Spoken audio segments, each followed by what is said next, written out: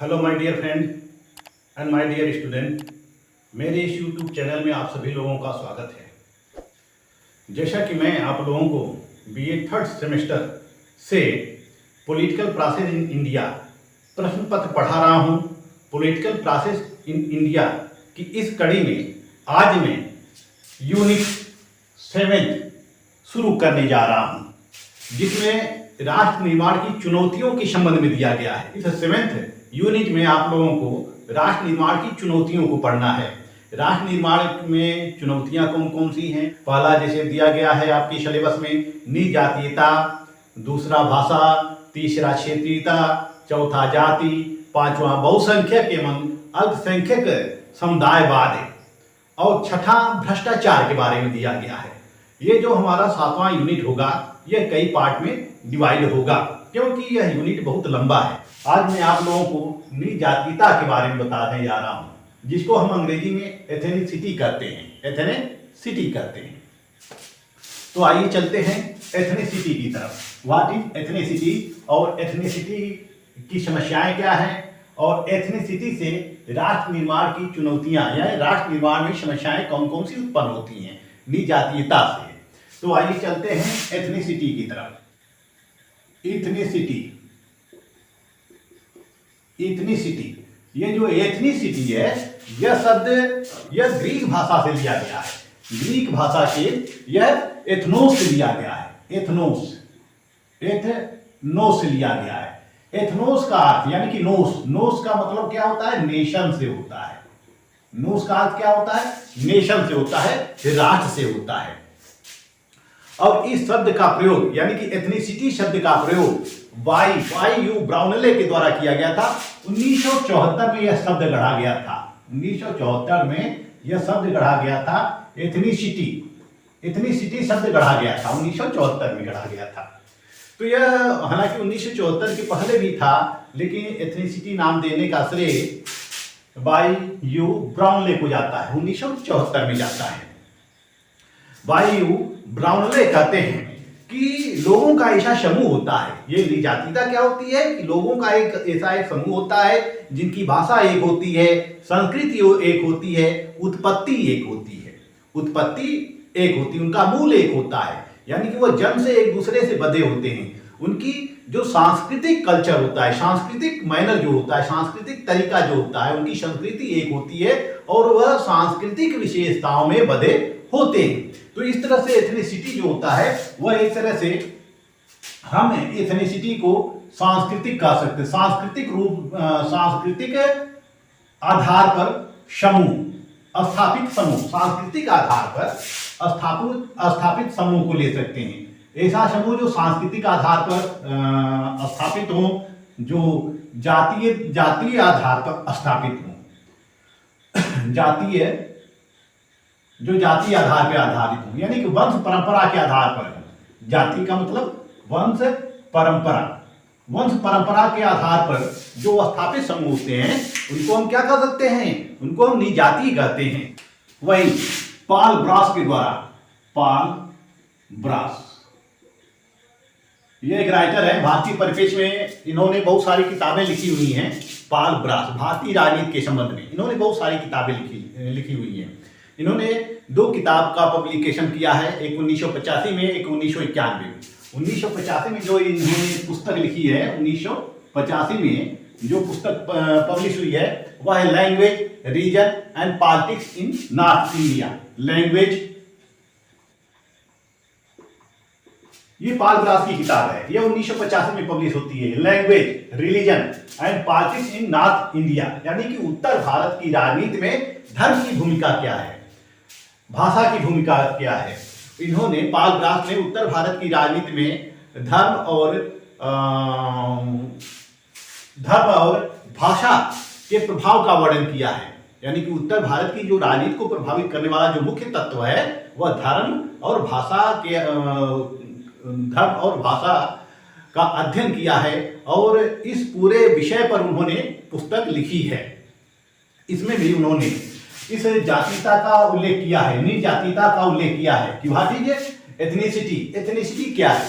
पाल brass की जो दूसरी पुस्तक है जो 1991 में पब्लिश होती है, 1991 में जो पब्लिश होती है, उस पुस्तक का नाम है एथनिसिटी एंड नेशनलिज्म।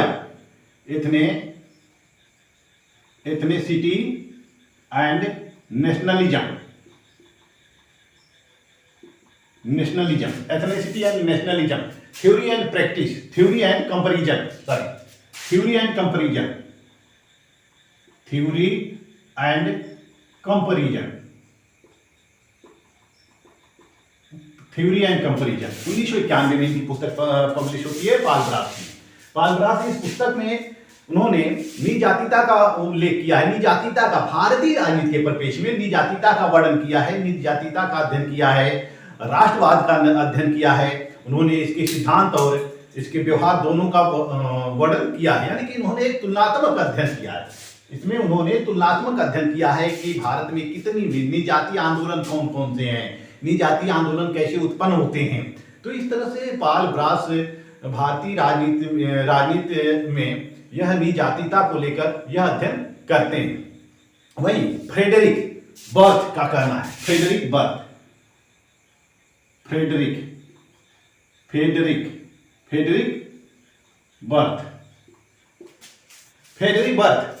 एथनिक की बात करते हैं। यह किसकी बात करते हैं? एथनिक की,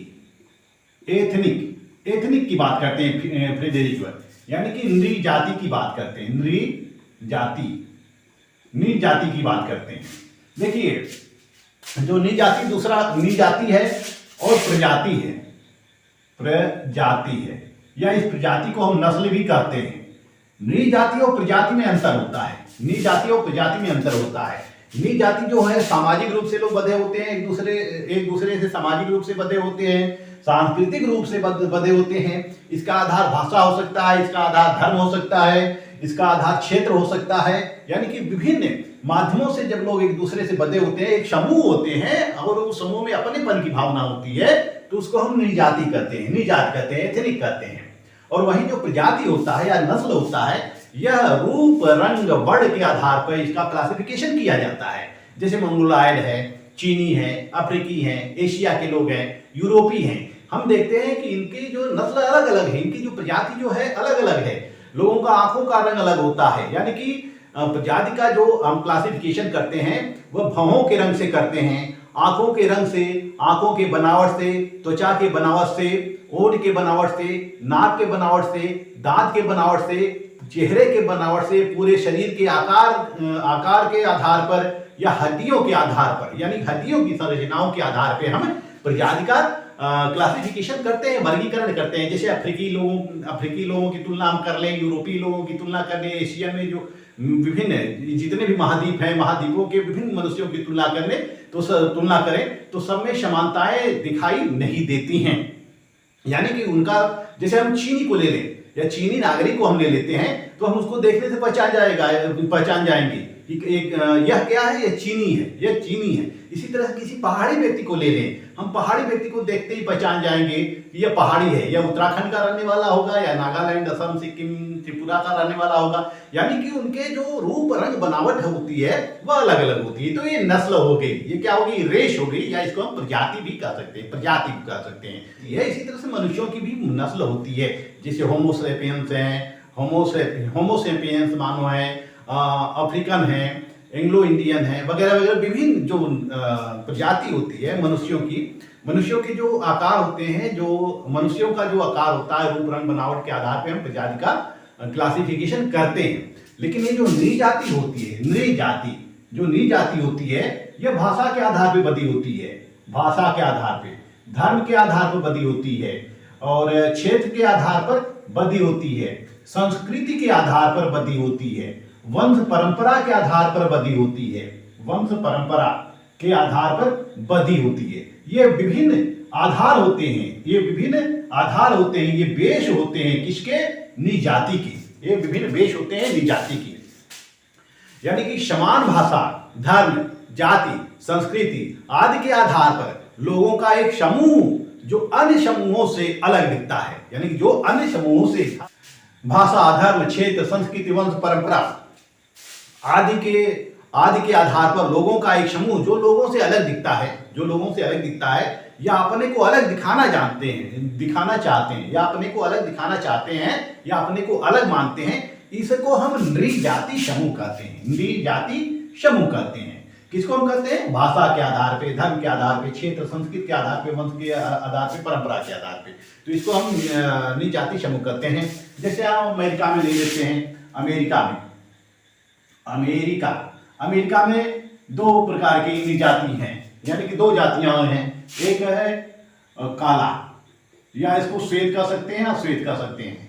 श्वेत और अश्वेत, काले और गोरे में हमेशा संघर्ष होता रहता है, यानी कि श्वेत और अश्वेत। इनमें क्या है? यह अपने वंश परंपरा, अपनी भाषा, अपनी संस्कृति के आधार पे बधे हुए हैं। ये पूरे श्वेत क्या है? इनकी भाषा एक है, इनकी संस्कृति एक है, वंश परंपरा एक है। इसी तरह से अश्वेतों की भाषा एक है, इनकी संस्कृति है, यानी कि इन दोनों में काफी भिन्नताएं मिलती हैं। और यह जब एक समूह बना लेते हैं, अपनेपन की एक समूह बना लेते हैं, तो यह एक दूसरे से संघर्ष करने लगते हैं। एक दूसरे से अपने अस्तित्व की रक्षा के लिए संघर्ष करते हैं, अपने हक के, अपने अधिकारों की मांग करने के लिए संघर्ष करने लगते हैं। तो इसी तरह से दोनों में जब संघर्ष हो जाता है तो इसी को हम नृजातीय आंदोलन का नाम देते हैं। नृजातीय आंदोलन का नाम देते हैं। जैसे अमेरिका या कनाडा में भारतीयों का एक समूह रहता है। यहाँ पर भारतीयों का एक समूह रहता है। तो ये सारे भारतीय एक दूसरे से परंपरा के रूप में, वंश के आधार पर, परंपरा के आधार पे, क्षेत्र के आधार पर, राष्ट्र के आधार पर एक दूसरे से जुड़ जाते हैं। इसमें भावनात्मक लगाव हो जाता है, क्योंकि भारत की संस्कृति एक है। हालांकि धर्म भले अलग हैं, भाषाएं अलग हैं, लेकिन जब ये बाहर जाते हैं, जब भारतीय बाहर जाते हैं, तो वह एक भारतीय होने के नाते, इंडियन होने के नाते एक दूसरे से लगाव करने लगते हैं। जैसे कि अमेरिका में मैं गया और साथ ही साथ मेरे देश के अनेक लोग मिल गए, तो हमने एक समूह बना लिया। तो ये क्या है? ये हमारे जो समूह है, हमारी जो समूह है, यह बिल्कुल अमेरिकन नागरिकों से बिल्कुल अलग स्थान रखता है, क्योंकि हमारी भाषा अलग है, हमारा धर्म अलग है, हमारी संस्कृति अलग है, वेशभूषा अलग है, पहनावा अलग है। तो इस तरह से हम वहां पर जो होते हैं, इस तरह से हम लोग जो समूह बना लेते हैं, वह एक क्या नृजाति समूह कहलाता है। वह वहां के लिए नृजाति समूह कहलाता है। तो नृजाति समूह की जो पहचान होती है वो भाषा के आधार पर होती है। भाषा के आधार पर विभिन्न नृजाति समूह बनते हैं, धर्म के आधार पर विभिन्न नृजाति समूह बनते हैं, क्षेत्र के आधार पर नृजाति समूह बनते हैं, संस्कृति और वंश परंपरा के आधार पर विभिन्न जाति समूह बनते हैं। इसी तरह से राष्ट्र के आधार पर भी विभिन्न नृजाति समूह बनते हैं। जैसे कि वी आर द इंडियन, हम कहीं भी जाते हैं, इंडिया से बाहर जाएंगे तो अपने क्या कहेंगे? इंडियन कहेंगे। इसी तरह से अमेरिकी अगर इंडिया आएंगे तो वो क्या कहेंगे? अमेरिकन। यह क्या है? एक नृजाति समूह को प्रदर्शित करता है। यह शब्द जो है नृजाति समूह को प्रदर्शित करता है। फ्रेंच है, चीनी है, पाकिस्तानी है, बांग्लादेशी है। यह क्या है? एक शब्द को प्रदर्शित करता है, किसको? नृजाति समूह को, जो कि सांस्कृतिक रूप से जिनकी संस्कृति अलग होती है, जिनकी भाषा अलग होती है, धर्म अलग होता है, उनका वंश परंपरा अलग होती है, क्षेत्र अलग होते हैं। तो इस आधार पे नृजाति समूहों का गठन होता है, या नृजाति समूह का अस्तित्व उभरकर सामने आता है। तो इस तरह से हम नृजाति समूह को परिभाषित कर सकते हैं। नृजाति समूह को परिभाषित किया जा सकता है कि नृजातीय सांस्कृतिक विशेषताओं से बधा हुआ एक समूह है या एक समुदाय है। निजाति क्या है?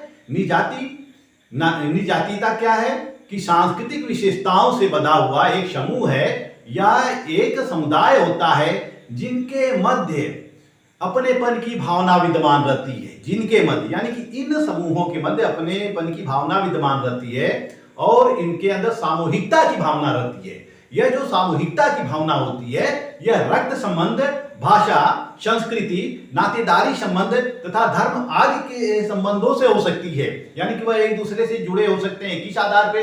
भाषा के आधार पे जुड़े हो सकते हैं, धर्म के आधार पे जुड़े हो सकते हैं, नातेदारी के आधार पे जुड़े हो सकते हैं, संस्कृति के आधार पर जुड़े हो सकते हैं। तो यह जो जुड़े होते हैं, यह क्या है कि निजातीयता को प्रदर्शित करती है। यानी कि निजातीयता जो है एक सामान्य पहचान की भावना को व्यक्त करती है। निजातीयता एक सामान्य पहचान की भावना, आइडेंटिफिकेशन की भावना को व्यक्त करती है। जिसमें लोगों के समूह द्वारा अपने आप को दूसरों से अंतर करने के लिए व्यक्तिगत सांकेतिक व्यक्तिपरक सांकेतिक अथवा प्रतीकात्मक प्रयोग होता है। यानी कि समूह जो होता है एक दूसरे से अलग रखने के लिए यह अपना प्रतीक अलग रखते हैं, संकेत अलग रखते हैं अथवा प्रतीकात्मक प्रयोग इनके द्वारा किया जाता है। यह एक अस्थायी अवधारणा होती है जो संस्कृतियों से स्वरों में और राष्ट्रीयताओं की अभिव्यक्ति होती है। संस्कृतियों, स्वरों और राष्ट्रीयता की अभिव्यक्ति होती है या समर्थन होता है। इसका संबंध विशिष्टता के विचार से होता है। इसका संबंध किससे होता है? विशिष्टता के विचार से होता है। जैसे कि हम अपना ध्वज फहराते हैं, हमारा जो ध्वज होता है यानी झंडा, यह झंडा विभिन्न समुदायों का प्रतिनिधित्व करता है। जैसे कि हम सपा के झंडा को ले लें, भाजपा को ले लें, सपा वगैरह विभिन्न पार्टियों के झंडा को ले लें, तो झंडे अलग अलग होते हैं सब पार्टियों के। इसी तरह से हर समुदायों का झंडा अलग होता है, संस्कृति अलग होती है। जैसे कि हिंदू, मुस्लिम, सिख, ईसाई, जैन, पारसी, यहूदी, कैथोलिक, प्रोटेस्टेंट धर्म, विभिन्न धर्मों के जो झंडे अलग होते हैं, उनके प्रतीक अलग होते हैं। तो इन प्रतीकों से वह अपने विशिष्टता को चिन्हित करते हैं, वह प्रतीकों के माध्यम से अपना आइडेंटिफिकेशन करते हैं। जैसे कि हम अगर भारत से बाहर चले जाएं तो हमारी भाषा, हमारी संस्कृति, हमारे आचार व्यवहार या हमारे कुछ ऐसे हमारे कुछ ऐसे पहचान हो सकते हैं जिनके आधार पे हमें पहचाना जा सकता है कि हम भारतीय हैं। वी आर द इंडियन, यानी कि आई एम ए इंडियन, मैं भारतीय हूँ। इस आधार पे पहचान किया जा सकता है। आइए हम देखते हैं निजातिकता के निर्धारक तत्व कौन कौन से हैं। निजातिकता, इसको निजातीयता भी कहते हैं। इसमें बहुत डिफरेंस नहीं है। निजातिकता और निजातीयता बहुत डिफरेंस नहीं है। निजातिकता के निर्धारक तत्व, पहला तत्व है जैविकीय तत्व, बायोलॉजिकल, जैविकीय तत्व। यह जैविकी तत्व क्या होता है? यह जैविकी तत्व जो होता है, जो निजातीय यानी कि विशेष जाति को निर्धारित करता है, विशेष संस्कृति को निर्धारित करता है, यह जैविकी तत्व है। यह जैविकी तत्व रूप के आधार पर, रंग के आधार पर, संरचना के आधार पर, शारीरिक संरचना के आधार पे, जेनेटिकली हो सकता है यानी कि आनुवंशिक हो सकता है, आनुवंशिकता के आधार पर, रूप, रंग, संरचना, बनावट के आधार पर, बनावट या आकृति के आधार पर इसका निर्धारण होता है जैविकीय तत्व। यानी कि जो जेनेटिकली होता है। जैसे कि हम अगर अमेरिका में जाकर बस जाएं तो हमारे होने वाले बच्चे हमारे जैसे ही होंगे, हमारे जैसे ही पैदा होंगे, एक लंबे समय तक हमारे जैसे ही पैदा होंगे। बाद में आकर पीढ़ी दर पीढ़ी होने के जीन का ट्रांसफर जब पीढ़ी दर पीढ़ी होगा, तब जाकर उनका जो अपीयरेंस है, फिजिकल है, वह बदल सकता है। जैसे कि चौथी पांचवी पीढ़ी से उनमें अंतर देखने को मिल सकता है। यानी कि चौथी और पांचवी पीढ़ी में जब वो पैदा होंगे हमारे बच्चे, तो हम ये समझ लेंगे कि यह क्या है, अब अमेरिकन है, इट इज नॉट इंडियन, ये इंडियन नहीं है। यानी कि अब इंडियन का जो रूप है, रंग है, आंखों का रंग है, ओठ का आकार है, यानी कि जो शरीर का आकार है, शरीर की संरचना है, अब वो बिल्कुल यूरोपियनों की तरह से हो जाएगी या अमेरिकन की तरह से हो जाएगी। हम जाकर वहां पर जाएंगे और लंबे समय तक हमारी पीढ़ी दर पीढ़ी वहां पे चलती रहेगी, तो हम वहां के भौगोलिक वातावरण में हम ढल जाएंगे। यानी कि हमारे जीन में परिवर्तन होने लगता है।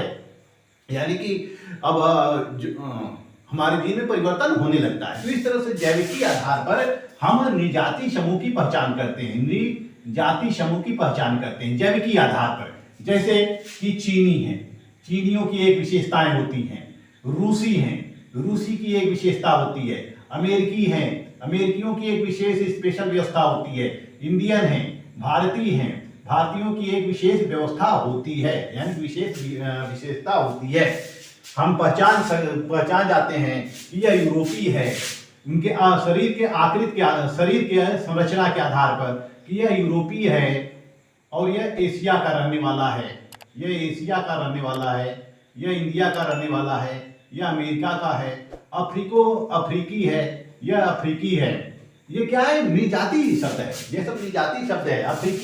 अफ्रीकी कैसे होते हैं? काले होते हैं, हबशी जिसको हम कहते हैं, काले होते हैं, उनके बाल घुंघराले होते हैं। और इस तरह से हम शारीरिक संरचना के आधार पर हम उनको एक देश के नाम से संबोधित करते हैं। जैसे भारतीय, हम भारतीय हैं, अमेरिकी, अफ्रीकी, चाइनीज, फ्रेंच, यूरोपियन, इटालियन वगैरह, यानी कि जिस देश के होते हैं उस देश की विशेष संरचना होती है, उस देश के नागरिकों की विशेष संरचना होती है। तो यह क्या है? जैविकी तत्व है। यह भी निजातिकता को प्रभावित करता है, निजातिकता को प्रदर्शित करता है। यानी यह जो है यह जैविकी तत्व जो है यह भी निजातिकता को निर्धारित करता है। दूसरा तत्व जो होता है वो सांस्कृतिक है। सांस्कृतिक, कल्चरल जिसको हम कहते हैं, कल्चरल तत्व है। यह सांस्कृतिक है। यह जो सांस्कृतिक तत्व है यह संस्कृत के आधार पर इसका होता है। संस्कृत के आधार पर यह निर्धारण होता है कि वह किस समूह से है। संस्कृत के आधार पर निर्धारण होता है। भाषा के आधार पर निर्धारण होता है। भाषा के आधार पर निर्धारण होता है। धर्म के आधार पर निर्धारण होता है। क्षेत्र के आधार पर निर्धारण होता है, बस किस क्षेत्र का है। जैसे कि भारत में हम ले लें, कोई मराठी है, तमिल है, तेलुगु है, या फिर आंध्रा का रहने वाला है, पश्चिम बंगाल का रहने वाला है, बंगाली है, असमिया है, और पंजाबी है, गुजराती है, राजस्थानी है, यूपी वाला है, बिहारी है। यानी कि एक विशेष क्षेत्र को प्रदर्शित करता है। यह विशेष क्षेत्र को प्रदर्शित करता है। धर्म, हिंदू, मुस्लिम, सिख, ईसाई। भाषा, हिंदी, तेलुगु, मैथिली, भोजपुरी, इंग्लिश, संस्कृति, सबका कल्चर हम अलग अलग देख सकते हैं। संस्कृति अलग है। हम पूर्वोत्तर के राज्यों को देख लें, पूर्वोत्तर के राज्यों का अलग त्योहार है, अलग कल्चर है। दक्षिण के राज्यों के नागरिकों का अलग त्योहार है, अलग कल्चर है। यानी कि रूप एक ही है, उनका मनाने का ढंग अलग अलग है, पहनावा अलग अलग है, उनको सेलिब्रेट करने का तरीका सबका अलग अलग है। पंजाब को ले लेते हैं, जम्मू कश्मीर को ले लेते हैं। यानी कि भारत में रहने वाले जितने भी जातियां होती हैं, जितने भी लोग होते हैं, सबके अपने अपने संस्कार होते हैं, अपने अपने सबके संस्कृति होती हैं। वह त्योहारों को अपने अपने तरीके से मनाते हैं। तो यह क्या है?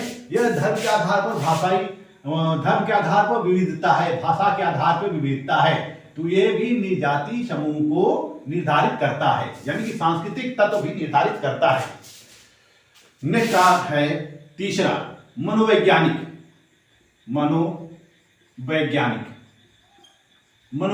तत्व।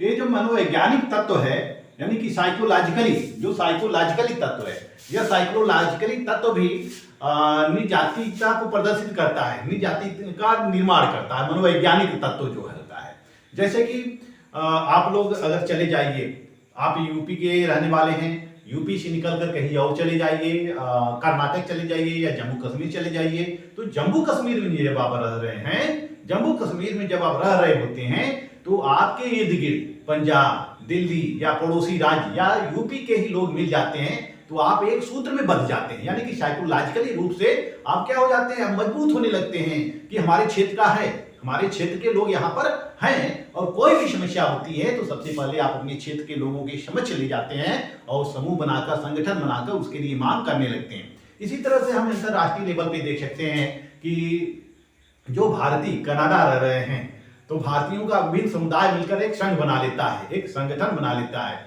जैसे कि सिखों का संगठन हो जाता है, हिंदुओं का हो जाता है, अन्य लोगों का संगठन हो जाता है। जो भारत के लोग होते हैं, कनाडा में रह रहे हैं, अमेरिका में रह रहे हैं, ब्रिटेन में रह रहे हैं, तो विभिन्न भारतीय जब एक दूसरे से मिलते हैं, एक दूसरे से परिचित होते हैं, तो मिलकर एक समूह का निर्माण कर लेते हैं और अपनी समस्याओं का आदान प्रदान करते हैं। समस्याएं होती हैं तो वहां की सरकार के समक्ष अपनी मांग को रखते हैं, उठाते हैं। तो इस तरह से वह वहां पर रह रहे होते हैं। यदि एक सिख के साथ अत्याचार होता है, एक भारतीय के साथ अत्याचार होता है, तो वहां विदेशों में रह रहे सभी भारतीय उसके विरोध में खड़े हो जाते हैं। ये क्या है? ये निजातिता को प्रदर्शित करता है, निजातिता का निर्माण करता है कि सभी भारतीय जब संगठित हो जाते हैं और एक भारतीय के विरुद्ध अगर अत्याचार होता है तो सारे भारतीय संगठित होकर आंदोलन करने लगते हैं और सरकार को उनकी मांगों को मानना पड़ता है। तो इस तरह से मनोवैज्ञानिक तत्वों को हम मनोवैज्ञानिक आधार पर भी निजातिता का निर्माण होता है। जैसे कि आप लोग अमेरिका चले गए, अमेरिका गए, अमेरिका जब वहां पर कोई भी इंडियन आपको नहीं मिलेगा तो आप अपने को अनकंफर्टेबल महसूस करते हैं, अनकंफर्टेबल। यदि आपको वहां कोई एक इंडियन साथी मिला, दूसरा मिला, तीसरा मिला, चौथा मिला, पांचवा मिला, छठवां मिला, तो आप लोगों का एक समूह बन जाता है। किसका? इंडियन लोगों का एक समूह बन जाता है और आप अपने को सुरक्षित महसूस करने लगते हैं। और किसी भी व्यक्ति के साथ कोई अत्याचार होता है तो सारे लोग खड़े हो जाते हैं, उसके समर्थन में सारे लोग खड़े हो जाते हैं, वहां की पुलिस प्रशासन से, वहां की सरकार से डिमांड करने लगते हैं। तो यह क्या है? एक समूह है। आप लोग एक दूसरे से बंधे क्यों? इंडिया के नाम पर, भारत के नाम पर बंधे कि हम सभी भारतीय हैं, इसलिए हमको एक साथ रहना चाहिए। तो ये क्या है? ये साइकोलॉजिकली तत्व है। ये साइकोलॉजिकली रूप से एक दूसरे को प्रभावित करता है, एक दूसरे को जोड़ता है, एक सूत्र में एक दूसरे को जोड़ता है। तो इस तरह से यह निर्जातिकता का निर्धारक तत्व है, जैविकीय है, सांस्कृतिक और मनोवैज्ञानिक। आइए चलते हैं निर्जातिकता की विशेषताओं की तरफ। निर्जातिकता की विशेषताएं क्या होती है, हम कैसे निर्जाति समूह को पहचानते हैं? पहली विशेषता इसकी होती है, पहली विशेषता इसकी होती है कि यह जाति, भाषा, धर्म, क्षेत्र इत्यादि के लिए विशिष्ट पहचान से संबंधित है। हम भाषा के आधार पर निर्जाति समूह का पहचान कर सकते हैं, धर्म के आधार पर निर्जाति समूह का पहचान कर सकते हैं, क्षेत्र के आधार पर निर्जाति समूह का पहचान कर सकते हैं।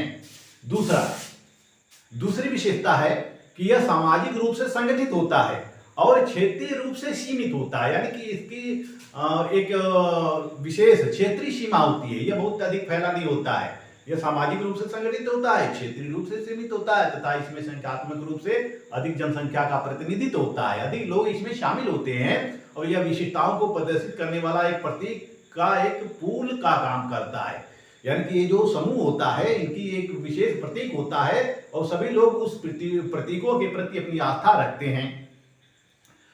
निर्जातिकता की तीसरी विशेषता है यह एक संदर्भ समूह होता है जिसके सापेक्ष पदच्युत, वास्तविक या काल्पनिक की भावना एकत्र होती है। यानी कि यह क्या? एक संदर्भ समूह होता है। उस समूह के अंतर्गत एक यह संदर्भ समूह होता है और उस समूह के सापेक्ष सभी लोग आस्था रखते हैं। उस समूह के जो लीडर होता है, उस समूह के जो नियम होते हैं, रीति रिवाज होते हैं, सभी लोग उसका फॉलो करते हैं, उसका सभी लोग अनुसरण करते हैं।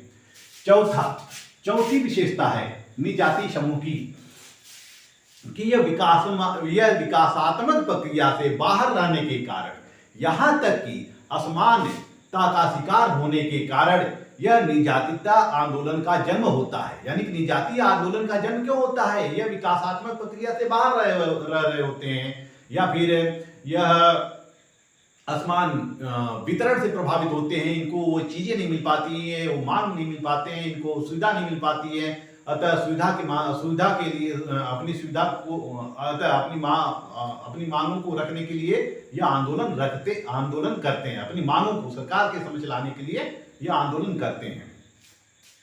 यह जो होता है निर्जाति समूह जो होता है यह असंतोष का कारण होता है। यह पैदा क्यों होता है? असंतोष से पैदा होता है।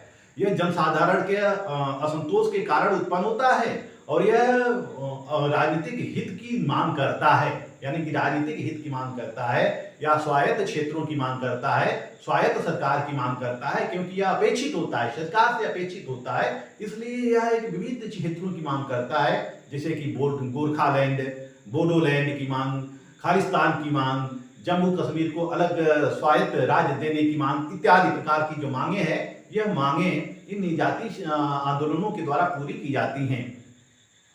यह जो मौलिक सांस्कृतिक मूल्यों को साझा करता है, जो इनकी मौलिक सांस्कृतिक मूल्य होती है एक दूसरे से साझा करते हैं, क्योंकि एक ही कल्चर होता है इनका, एक ही संस्कृति होती है, एक ही सभ्यता होती है, एक ही वंश परंपरा होती है, एक ही भाषा होती है, एक ही क्षेत्र होता है। तो इस आधार पर यह मौलिक मूल्यों को साझा करता है, सांस्कृतिक मूल्यों को साझा करता है, जो सांस्कृतिक रूप से प्रत्यक्ष रूप से एकता उत्पन्न करता है। यह एकता उत्पन्न करता है, प्रत्यक्ष रूप से एकता उत्पन्न करता है।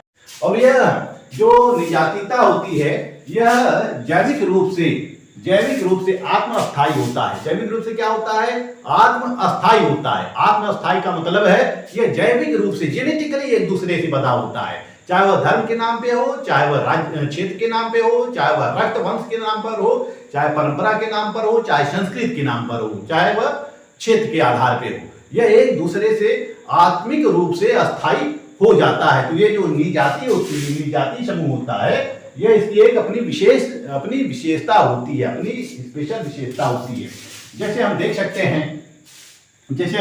हैं कि बंगाली इनकी अपनी संस्कृति है, अपनी विशेषता है। मराठी दक्षिण के लोग हैं, जो तमिल के हैं, तमिल। इसी तरह से पंजाबी यह एक निजाति समूह प्रदर्शित करता है, निजाति समूह को प्रदर्शित करता है। गुजराती, राजस्थानी, पहाड़ी, नागा, असमिया इत्यादि। जैसे ये इनके क्षेत्र अलग अलग होते हैं, और जब क्षेत्र अलग अलग होते हैं तो भौगोलिक आधार पर इनकी संरचनाएं भी अलग हो जाती हैं। तो उन संरचनाओं के आधार पर इनकी संस्कृतियां भी अलग हो चुकी होती हैं। तो इनकी संरचनाओं और संस्कृति के आधार पर हम इसको निजाति समूह के रूप में परिभाषित कर सकते हैं। इनका निजाति का नाम दे सकते हैं, बंगाली है, मराठी है, तमिल है, पंजाबी है, पहाड़ी है, नागा है, असमिया है। इसको हम क्या कहते हैं? निजाति, क्योंकि ये सांस्कृतिक रूप से एक दूसरे से बंधे होते हैं। इनके बीच के कैसा लगाव होता है? सांस्कृतिक लगाव होता है। तो इसको हम क्या कर सकते हैं? निजाति समूह कह सकते हैं। जातीय समूह का वर्गीकरण करते हैं, यानी कि किस किस आधार पर निजाति समूह का गठन होता है, वर्गीकरण करते हैं। किस आधार पे निजाति समूह का गठन होता है? पहला है धार्मिक आधार पर। निजाति समूह का गठन जो होता है वो धार्मिक आधार पर होता है। हमारे देश में विभिन्न धर्म हैं। हिंदू धर्म है। हिंदू धर्म के आधार पर विभिन्न समुदायों का गठन होता है, विभिन्न संगठन का निर्माण होता है। सिख के आधार पर विभिन्न पार्टियों का गठन होता है, विभिन्न समुदायों का गठन होता है। मुस्लिम समुदाय के आधार पर, यानी मुस्लिम धर्म के आधार पर, जैन धर्म के आधार पर, बौद्ध धर्म के आधार पर विभिन्न समुदायों का गठन होता है। और इनकी भाषा एक होती है, इनकी संस्कृति होती है। जैसे बौद्ध, तो बौद्ध की जो संस्कृति है उसमें अगर बौद्ध में हजारों लोग होंगे तो सबकी संस्कृति, सबकी भाषा एक ही होती है। इसी तरह से हम पारसी को ले सकते हैं, पारसी समुदाय को ले सकते हैं। पारसी समुदाय, इनकी संस्कृति, भाषा एक होती है। इनकी ये सभी लोग, ये जितने धर्म हैं, यह सांस्कृतिक रूप से आप एक दूसरे से बंधे होते हैं। दूसरा है भाषा के आधार पर समूह का निर्माण होता है। भाषा के आधार पर जैसे हिंदी है, हिंदी भाषी लोग हैं।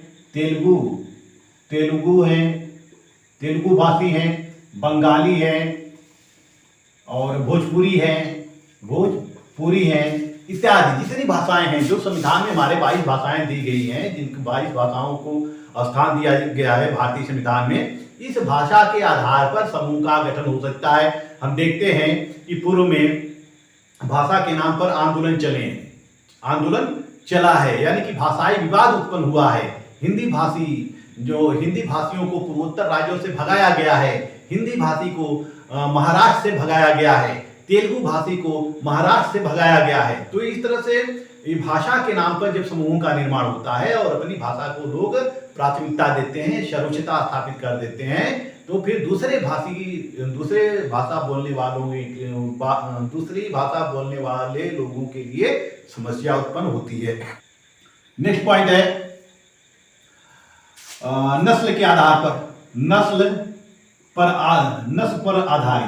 के आधार पर भी निजाति समूह का गठन होता है। जैसे कि नस्ल के आधार पे मंगोल हैं, द्रविड़ हैं, आर्य हैं, भील हैं, कोल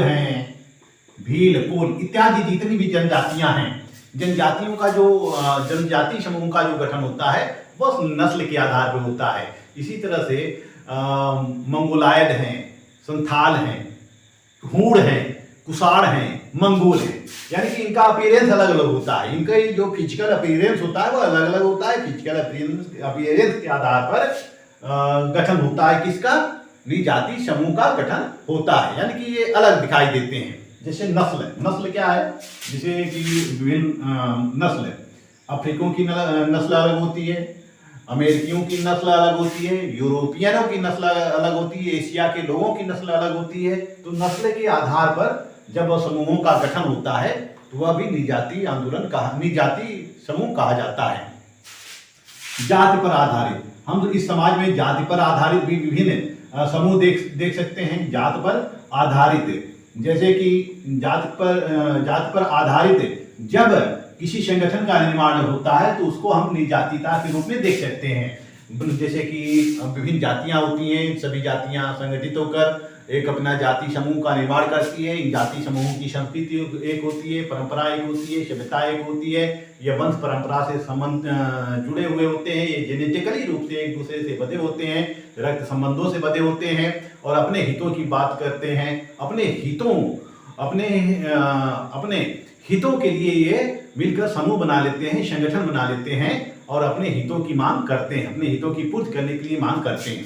इसी तरह से कबीलों पर आधारित भी निजातीय आंदोलन निजातीय समूह देखा जा सकता है। कबीलों पर आधारित, कबीलों पर आधारित ये जो विभिन्न कबीलाई जातियां होती हैं, सभी कबीलाई जातियों की रहन सहन, खान पान, वेशभूषा, संस्कृति अलग अलग होती है, इनकी भाषा अलग होती है, संस्कृति अलग होती है। तो इन आधार पर जब निर्माण होता है तो हम कबीलाई आधार पर उसको कबीलाई आधार पर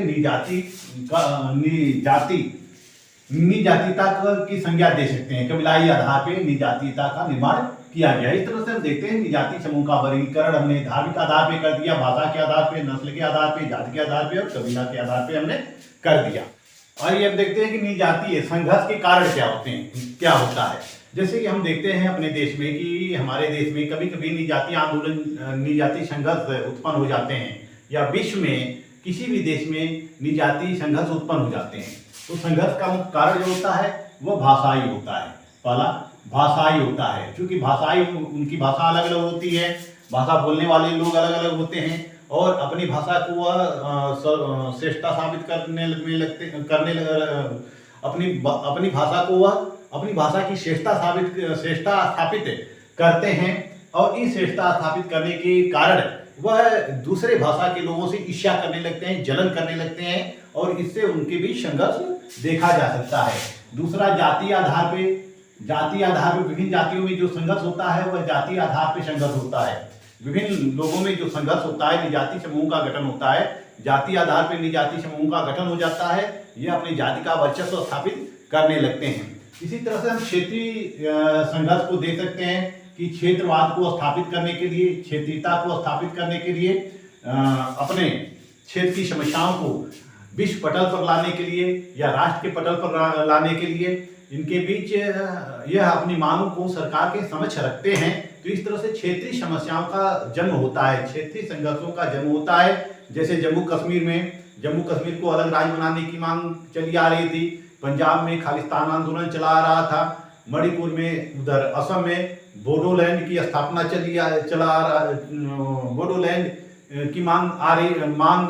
बोडोलैंड की मांग हो रही थी। इसी तरह से नागालैंड में गोरखालैंड की मांग हो रही थी। विभिन्न प्रांतों में यह भाषाई आधार पे या धर्म के आधार पे या क्षेत्रीय आधार पर यह अलग राज्य बनाने की मांग करते रहते हैं। तो ये विभिन्न, उनको लगता है कि बाहर के लोग आज आकर हमारे संसाधनों का दोहन कर लेंगे, हमारी संस्कृति को नष्ट कर देंगे, हमारी सभ्यता को नष्ट कर देंगे, इसलिए वह अपने क्षेत्र को स्वायत्त बनाने की मांग करने लगते हैं। धार्मिक संघर्ष जो अंतिम कारण होता है या मुख्य कारण होता है, मुख्य कारण जो देखने को मिलता है वह धार्मिक आधार पर ही एक दूसरे धर्म के बीच संघर्ष उत्पन्न होता है। वह धर्म को सर्वोच्चता स्थापित करने में लगे रहते हैं। तो लेकिन ये जो विभिन्न प्रकार के संघर्ष होते हैं, ये जो भाषाई संघर्ष होता है, जातीय संघर्ष होता है, क्षेत्रीय संघर्ष होता है, धार्मिक संघर्ष होता है, इनको हम दूर कैसे कर सकते हैं, इनको दूर कैसे कर सकते हैं या संघर्षों का समाधान कैसे हम कर सकते हैं। संघर्षों का समाधान हम कैसे कर सकते हैं। अब संघर्षों का समाधान करने के लिए सबसे पहले हमें जन जागरूकता की जरूरत होती है। हमें समय समय पर सरकार के द्वारा जन जागरूकता चलाया जाना चाहिए। सख्त कानून होने चाहिए और किसी भी संगठन, कोई भी संगठन या कोई भी निजातीय समूह कोई अपराध करता है तो उसको कड़ी से कड़ी सजा दी जानी चाहिए। जो विभिन्न प्रकार की अफवाह जो उड़ते हैं, अफवाह जो दिखाई देते हैं, अफवाह जो फैलती है समाज में, उन अफवाहों को दूर किया जाना चाहिए, अफवाहों पर लगाम लगाना चाहिए, स्वच्छ राजनीति होना चाहिए। क्योंकि वीडियो बहुत लंबा हो रहा है, इसलिए मैं अब बहुत शॉर्ट में आपको बता रहा हूं, जो कि आपको आसानी से समझ में आ जाएगा। अफवाहों पर लगाम होना चाहिए, स्वच्छ राजनीति होनी चाहिए। हमें धर्म के आधार पर राजनीति नहीं करनी चाहिए, जाति के आधार पे, क्षेत्र के आधार पे, भाषा के आधार पे, हमें राष्ट्र के आधार पे राजनीति करनी चाहिए। राष्ट्रीयता का विकास करना चाहिए, राष्ट्रीय लोगों के अंदर राष्ट्रीय भावना का विकास किया जाना चाहिए और लोग एक ही राष्ट्र के नागरिक के रूप में अपने को डाल सकें। शिक्षा व जागरूकता में वृद्धि किया जाना चाहिए, शिक्षा का प्रचार प्रसार किया जाना चाहिए, लोगों को जागरूक करते रहना चाहिए और सबके अधिकारों की, सबके स्वतंत्रता की, सबके समानता की रक्षा की जानी चाहिए। नैतिक मूल्यों का अधिक से अधिक विकास किया जाना चाहिए, नैतिक मूल्यों का अधिक से अधिक विकास किया जाना चाहिए, नैतिकता का संचार किया जाना चाहिए। क्योंकि जब तक समाज में नैतिकता का संचार नहीं होगा तब तक मूल्यों का विकास नहीं होगा, संस्कृति का विकास नहीं हो सकता है। तो इस तरह से सभी समूहों को राष्ट्र निर्माण में भागीदारी करने के लिए योगदान करना चाहिए और इसके लिए सरकार के द्वारा, राजनीतिक दलों के द्वारा विभिन्न कार्यक्रम चलाया जाना चाहिए। आइए अब देखते हैं कि निजाति समूहों का भारतीय राजनीति में प्रभाव क्या होता है। निजाति समूहों का जो भारतीय राजनीति में प्रभाव होता है, पहला निजातिता का, धर्म के आधार पर विभिन्न समूहों का गठन होता है, जैसे कि हिंदू, मुस्लिम, सिख, ईसाई इत्यादि के आधार पर विभिन्न समूहों का गठन होता है। यह समूह कभी कभी एक दूसरे से संघर्षरत हो जाते हैं। इसी तरह से जातिवाद को ले सकते हैं। विभिन्न जाति, हमारे समाज में विभिन्न जातियां हैं, इन विभिन्न जाति अपना प्रभुत्व स्थापित करने के लिए एक दूसरे जाति का शोषण करते रहते हैं। तो विभिन्न जातियों में वैमनस्य उत्पन्न होता है, ईर्ष्या उत्पन्न होती है और जिससे कि कभी कभी छोटे छोटे कारणों से उनमें बहुत भयंकर विवाद उत्पन्न हो जाता है। क्षेत्रवाद को ले सकते हैं, जैसे कि उत्तर प्रदेश में बुंदेलखंड की मांग चल रही है, बुंदेलखंड की मांग चल रही है, पूर्वांचल राज्य की मांग चल रही है, इसी तरह से क्षेत्रीयता के आधार पर ही उत्तराखंड का गठन किया गया, तेलंगाना का गठन किया गया, छत्तीसगढ़ का गठन किया गया, झारखंड का गठन किया गया। विभिन्न प्रांतों का जो निर्माण है वह विशेष क्षेत्रीय कारणों से ही किया जाता रहा है। इस निजाति समूह ने विभिन्न, हमारे भारतीय समाज में विभिन्न जो है राजनीतिक दलों को जन्म दिया है, क्षेत्रीय दलों को जन्म दिया है, राजनीतिक क्षेत्रीय दलों को जन्म दिया है। इस निजाति समूह ने विभिन्न क्षेत्रीय दलों का जन्म हुआ है। जैसे हम देख सकते हैं कि अरुणाचल प्रदेश में people's party of Arunachal Pradesh, यह सिर्फ अरुणाचल प्रदेश के लिए है, इस अरुणाचल प्रदेश के नागरिकों के द्वारा इसको बनाया गया है। इसी तरह से Kuki national assembly, Manipur peoples party, ये मणिपुर के हितों के लिए बनाया गया है। असम गण परिषद यह असम राज्य के लिए बनाया गया है, विशेष मांग के आधार पर इसका निर्माण किया गया है। इस निजाति समूहों ने उग्रवादी संगठनों को जन्म दिया है, जिनकी एक विशेष मांग रही है। उग्रवादी संगठनों का जन्म दिया है, जिनकी एक विशेष मांग रही है। जैसे उग्रवादी संगठन हमारे देश में कई राज्यों में देखने को मिलते हैं। पंजाब में खालिस्तान लिबरेशन फोर्स, पंजाब में क्या है, खालिस्तान लिबरेशन फोर्स, जिसने की खालिस्तान की मांग, जिसके द्वारा खालिस्तान की मांग की जा रही थी। इसी तरह से जम्मू कश्मीर में कश्मीर लिबरेशन फोर्स है, यानी कि जम्मू कश्मीर लिबरेशन फ्रंट है। असम में United liberation front of Assam है। इसी तरह से मिजोरम में देख सकते हैं मिजो नेशनल फ्रंट है। नागालैंड में देख सकते हैं कि national socialist council of Nagaland है। इस तरह से विभिन्न क्षेत्रीय दलों ने जन्म लिया है। क्षेत्रीय दलों के साथ साथ विभिन्न क्षेत्रीय संगठनों ने, उग्रवादी संगठनों ने जन्म लिया है, जो कि अपने अधिकारों के लिए हथियार उठाते हैं, स्वायत्ता के लिए हथियार उठाते हैं।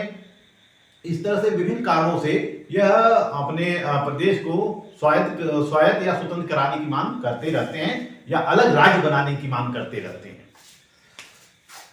नेक्स्ट पॉइंट पे आते हैं राजनीतिक शक्ति की मांग। राजनीतिक शक्ति प्राप्ति की मांग।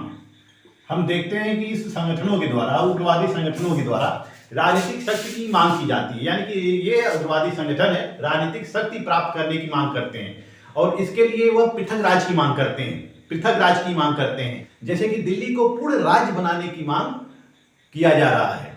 इसी तरह से कुछ अंतर्राज्यीय विवाद होते हैं, विभिन्न राज्यों के बीच जो विवाद होते हैं, उन विवादों में अपना प्रभुत्व स्थापित करने के लिए, वह अपने को शक्तिशाली दिखाने के लिए वह विवाद करने से नहीं चूकते हैं। इस तरह से राजनीतिक शक्ति प्राप्त करने के लिए वह मांगों पर बल देते हैं, अपनी मांगों पर बल देते हैं और सरकार के ऊपर वह दबाव डालने का प्रयास करते हैं। इस तरह से ये सत्ता प्राप्त करने के लिए प्रयत्न करते रहते हैं। इस जातीय आंदोलनों ने हिंसक राजनीति को जन्म दिया है, हिंसक आंदोलनों को जन्म दिया है, हिंसक आंदोलनों को जन्म दिया है। जैसे हम 1990 में देख सकते हैं, 1990 में वहां कश्मीर में, जम्मू एंड कश्मीर में उग्रवादियों के द्वारा वहां पर जम्मू कश्मीर में ब्राह्मणों की हत्याएं शुरू कर दी गई और ब्राह्मणों को, पंडितों को जम्मू कश्मीर से निकाला जाने लगा और जितने अधिकांश ब्राह्मणों ने जम्मू कश्मीर को छोड़ दिया। वहां पे एक विशेष धर्म के लोगों का वर्चस्व स्थापित हो गया, यानी कि ब्राह्मणों को वहां से निकलना पड़ा, मजबूरन वहां से निकलना पड़ा, क्योंकि न तो उनका जान सुरक्षित था, न सम्मान सुरक्षित था। परिणाम यह होता है कि वहां से ब्राह्मणों को निकाला जाने लगा और एक विशेष धर्म का वहां पर वर्चस्व स्थापित हो गया। इसी तरह से मिजोरम में हम देख सकते हैं कि मिजो नेशनल फ्रंट की स्थापना होती है और यह लाल डेंगा के नेतृत्व में होता है, और यह स्वतंत्र मिजोरम की मांग करने लगते हैं, और 1986 तक इनकी मांग चलती रहती है। 1986 में इनको दबा दिया जाता है। असम में, नागालैंड में, पंजाब में हम देख सकते हैं कि पंजाब में खालिस्तान आंदोलन चलता है, अलग खालिस्तान बनाए जाने की मांग की जाती रही है। तो इस तरह से 1967 और 1968 से असम में भी बोडोलैंड की मांग की जाती रही है। बोडोलैंड की, ये बोडो जो है एक जनजाति है, बोडोलैंड। इन जनजातियों ने, ये बोडो जनजातियों ने एक अलग राज्य की मांग की थी, बोडोलैंड की मांग की थी, लेकिन 2020 में इनमें समझौता हो जाता है और इनकी मांग समाप्त हो जाती है। बोडो असम में एक बड़ी जनजाति समुदाय है।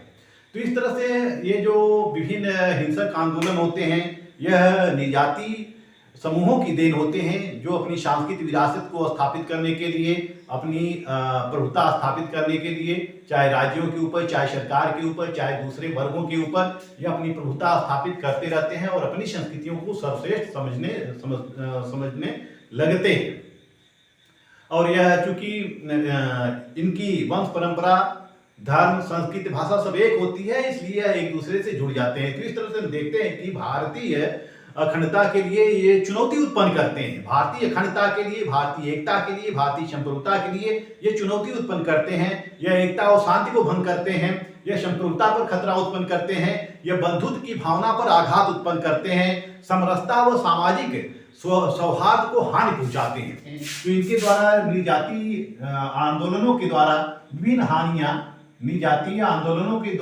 हानियां उठानी पड़ती है। भारत सरकार की संपत्ति को भी नष्ट कर देते हैं और लोगों की व्यक्तिगत संपत्ति को नष्ट कर देते हैं। जान माल की असुरक्षा का भय बना रहता है। तो निजातीय आंदोलनों को शांतिपूर्वक इनकी समस्याओं का समाधान किया जाना चाहिए, ताकि यह राज्य की एकता, अखंडता, शांति, कानून व्यवस्था को खतरा उत्पन्न न करें और राष्ट्र निर्माण में चुनौती उत्पन्न न करें। तो निजातीय समुदायों की समस्याओं का सरकार के द्वारा, प्रशासन के द्वारा शीघ्रता से समाधान कर देना चाहिए। मेरे मित्रों, मेरे साथियों, मेरे छात्रों, वीडियो बहुत लंबा हो रहा है, इसलिए निजाती आंदोलन को या निजाती को मैं यहीं समाप्त करता हूं। मैं अगले वीडियो में आपको भाषा बताऊंगा, यानी कि राष्ट्र निर्माण की चुनौतियों में भाषा की समस्या क्या है या भाषा का योगदान क्या है, भाषा की समस्या क्या है। मेरा वीडियो आप लोग देखते रहिए अच्छा लगे तो इसको लाइक, सब्सक्राइब और शेयर करते रहिए। मिलते हैं अगले वीडियो में, तब तक के लिए धन्यवाद।